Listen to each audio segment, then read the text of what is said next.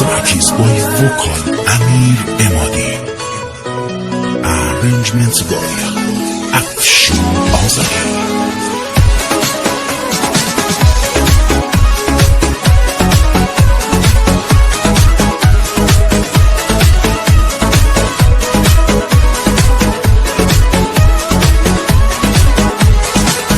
یه چند روزه با هم کاری نداری، منم و این دل حالی به حالی. خودم از خودم ای دارم میپرسم که تو منو دوستم داری نداری. یه کمی از یه دندگی تو کم کن، آخه یه فکری به حال دلم کن.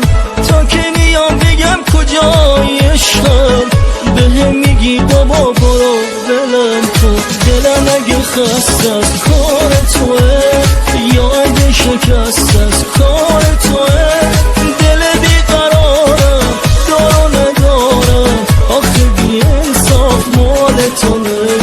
دلم اگه خسته از کار توه یا اگه شکست از کار توه، دل بیقرارم دارو ندارم، آخه بی انصاف مال توه.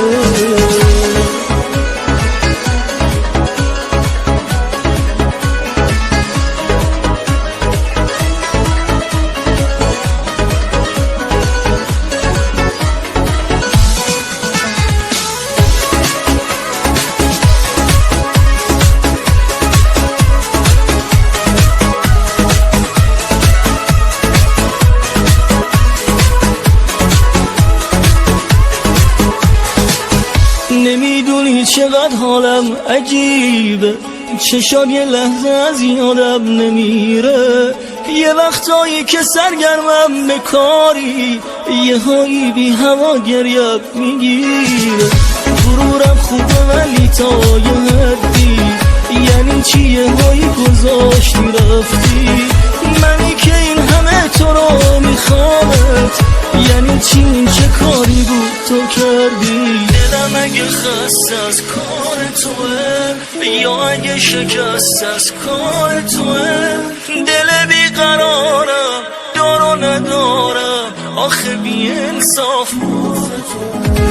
دلم اگه خسته از کار توه یا اگه شکست از کار توه،